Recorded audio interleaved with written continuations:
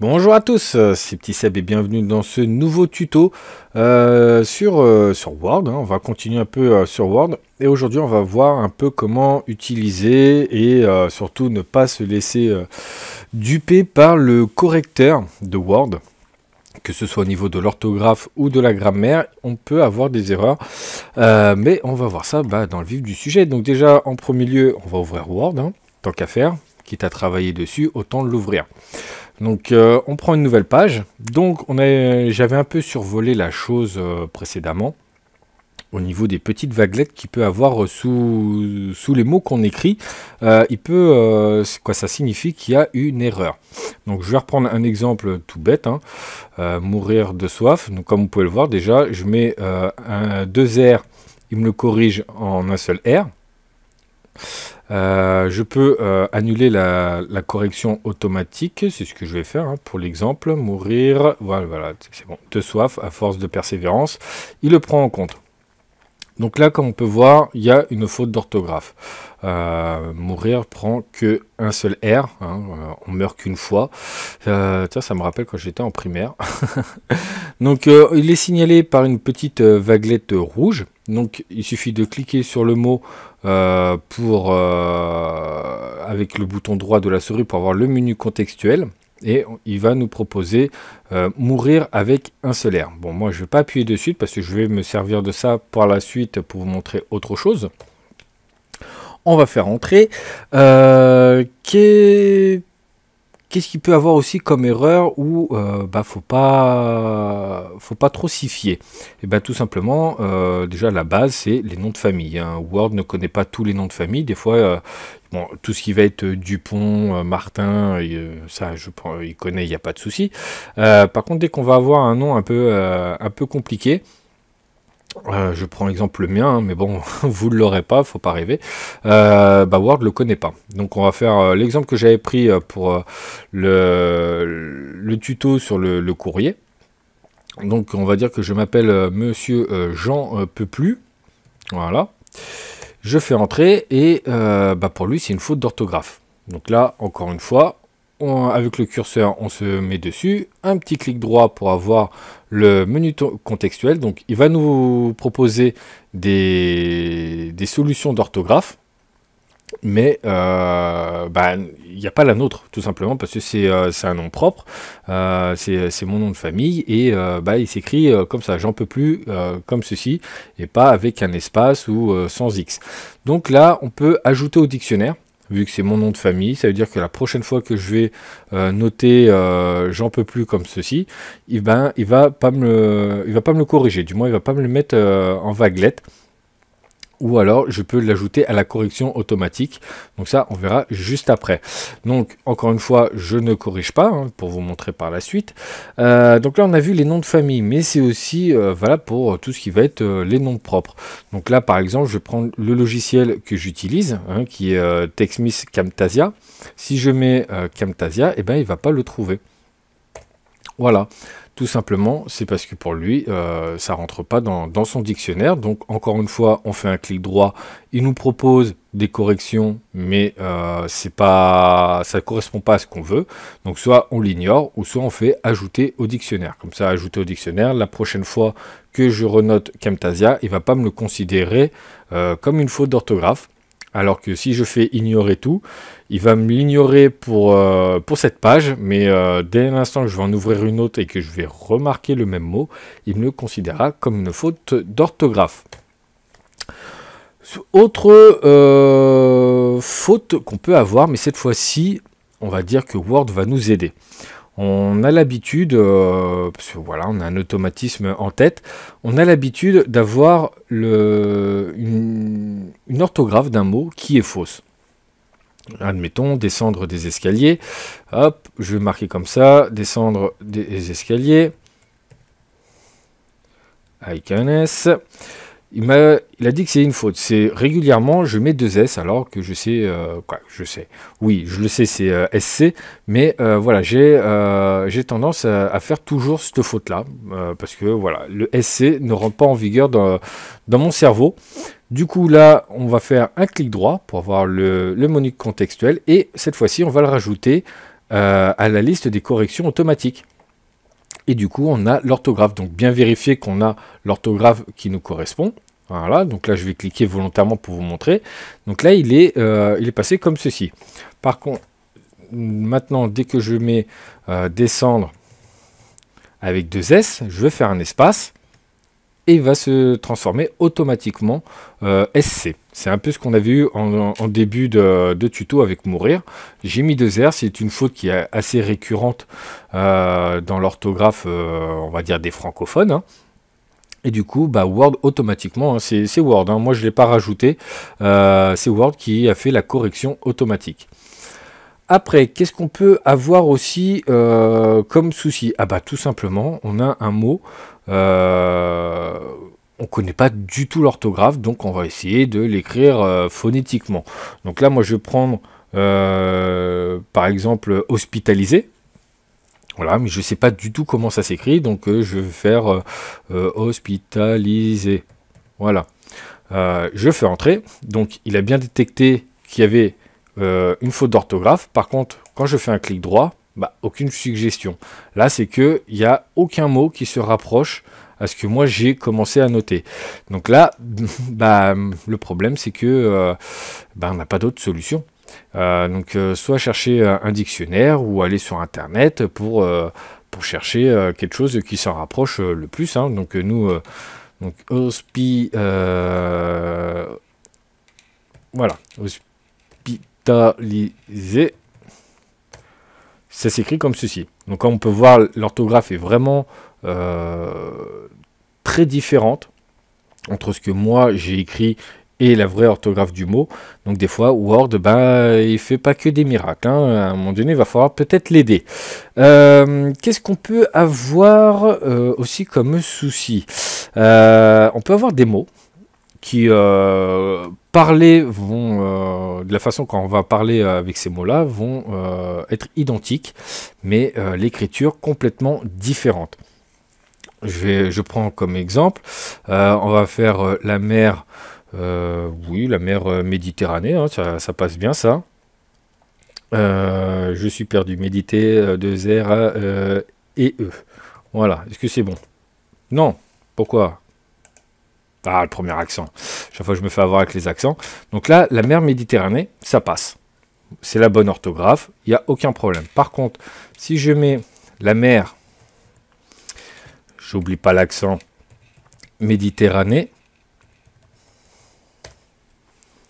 J'ai encore oublié un accent ou quoi? Ah non, j'ai mis 2 N. Oh là là. À force de vouloir faire des fautes d'orthographe, je sais même plus écrire. Voilà. Et bah du coup, pour lui, ça correspond. Pourquoi? Parce que Méditerranée est bien orthographié, pardon, ça existe. La mer est bien orthographiée, mais dans le contexte, la mer Méditerranée, celui-ci ne s'écrit pas comme ceci. Ça, c'est la mer, la maman. Pareil, donc, il aurait fallu que je l'orthographie comme ceci. Donc comme vous pouvez voir, des fois il y a Word qui va nous poser quelques petits soucis, parce que lui il va lire mot à mot. Bon, des fois il va lire des semblants de phrases pour dire oui, ça correspond pas. Je prends par exemple, si je fais le mer Méditerranée, là comme vous pouvez le voir, il me souligne tout en bleu. Pourquoi? Bah pour lui, il y a une faute et c'est bien la mer Méditerranée qu'il faut rentrer. Ça, il l'a bien détecté. Mais voilà, encore une fois, il ne fait pas tout. Qu'est-ce qu'on peut rajouter? Bah tiens, par exemple, on va dire il faut... bah on va dire ajouter, mince, voilà, il faut ajouter, comme ceci, du sucre au café. Voilà, donc là, j'ai pas encore fait de barre espace ou entrée. Pour lui, il n'y a pas de faute. Eh ben si, il en a trouvé une. Pourquoi?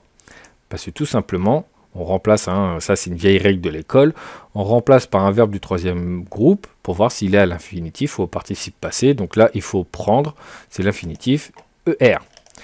Donc ça, c'est bon, Word a su nous le corriger. Par contre, si je fais il faut ajouter des morceaux de sucre dans le café. Voilà, j'ai fait entrer et il m'a pas trouvé de faute d'orthographe. Pourtant, c'est exactement la même phrase. Donc là, avec le « et », il a trouvé qu'il y avait un souci, que c'était pas « e » accent aigu, mais « er ». Mais ici, « EES », donc féminin pluriel, qui n'a rien à voir dans la phrase, et ben pour lui, ça a été corrigé comme une erreur.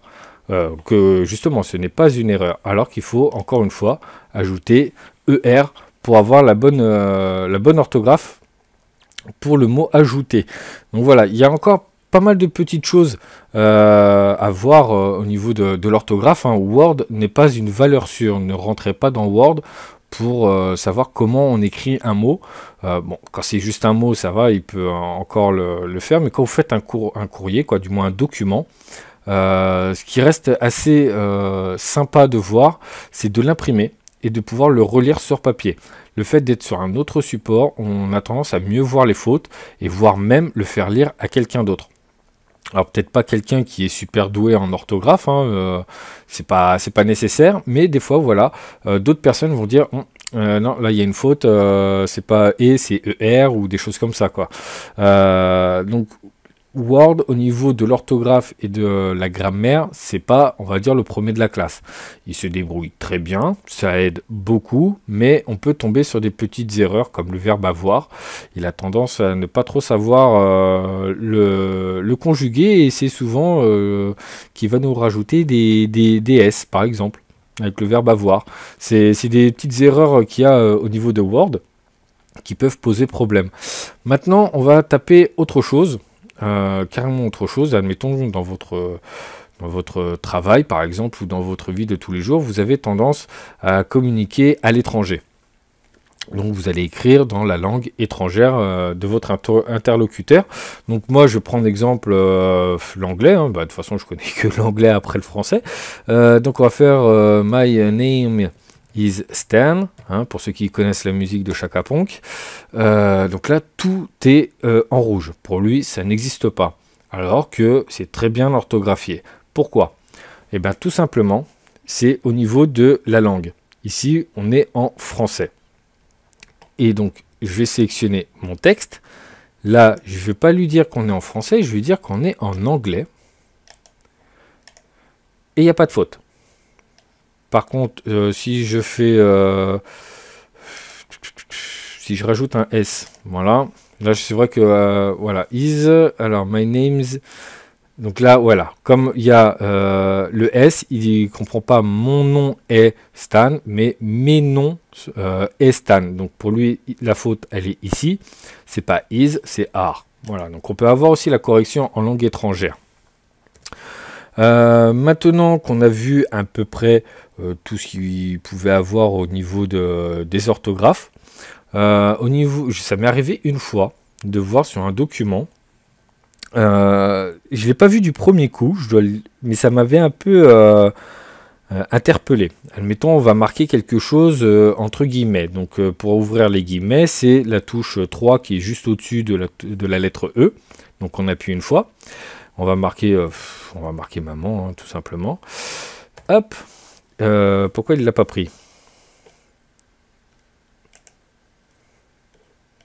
Ah, bah non. Voilà, erreur à pas faire. Voilà, j'ai eu un petit souci. Voilà. Alors par contre, maintenant, j'aimerais que tu me remettes les guillemets correctement pour que je puisse expliquer. Bah, c'est bizarre. Ah, il m'a remis en anglais. Ah, décidément. Voilà, sup. On se remet en français, s'il te plaît. Voilà. Je suis en français. Maman. Voilà. Donc voilà. Oh, j'ai pas mis la majuscule, je parie.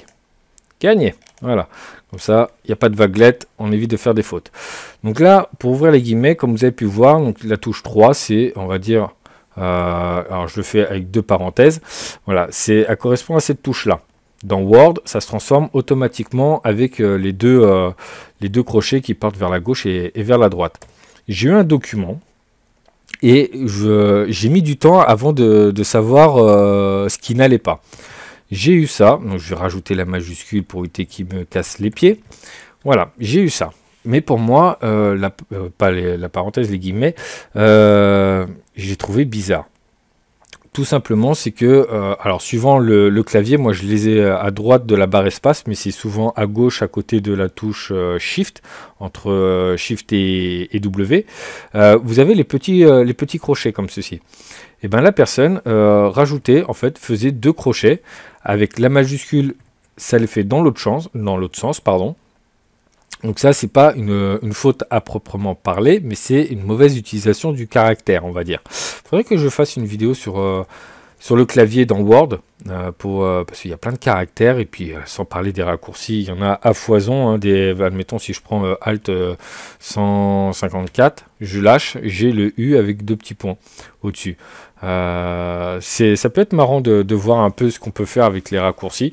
Bien évidemment, il faut les connaître, hein, mais quand c'est les caractères spéciaux, c'est toujours intelligent de les savoir. Donc, voilà, donc ça c'était un peu la petite erreur que j'avais vue. Hein. Il fallait que j'en parle, parce que bien évidemment, si cette personne a fait l'erreur, d'autres peuvent la faire aussi. Donc, j'ai fait pas mal de fautes d'orthographe dans mon document.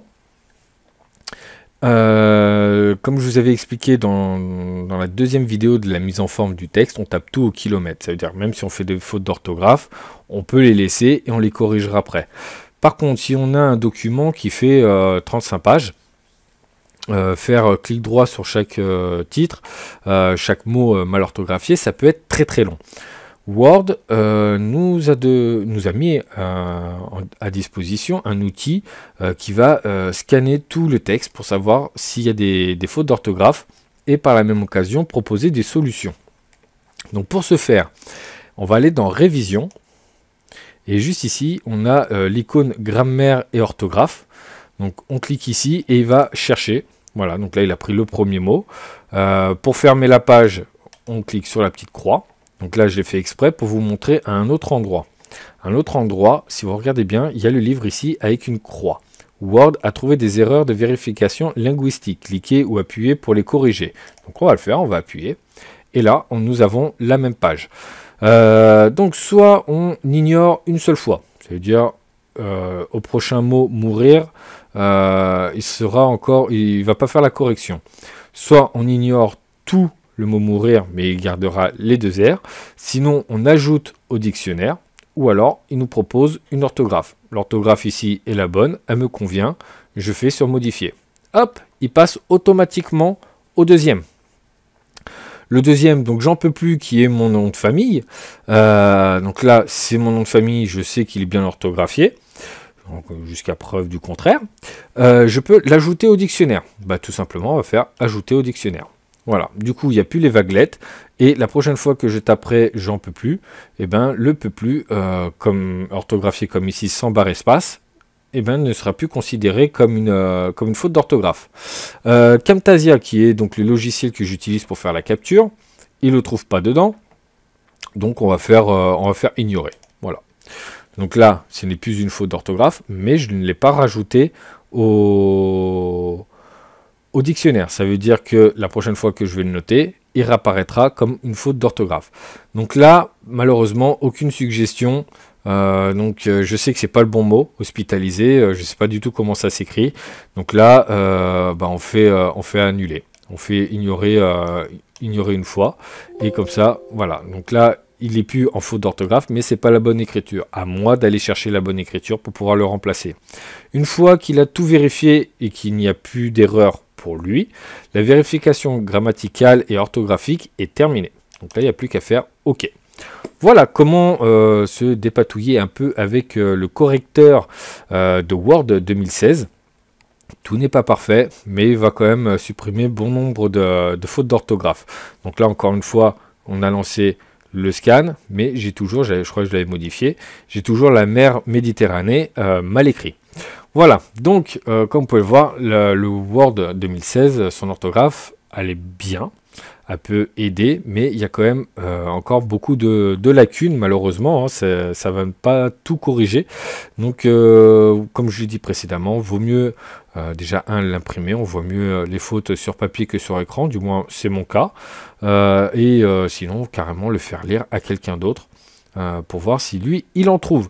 J'espère que cette vidéo vous aura plu, vous aura intéressé. N'hésitez pas le petit j'aime en dessous de la vidéo ou à commenter en dessous de la vidéo.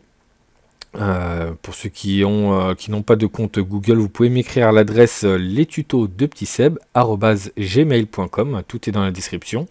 Et puis n'hésitez pas aussi à partager sur vos réseaux sociaux pour aider d'éventuelles personnes qui seraient intéressées par cette vidéo.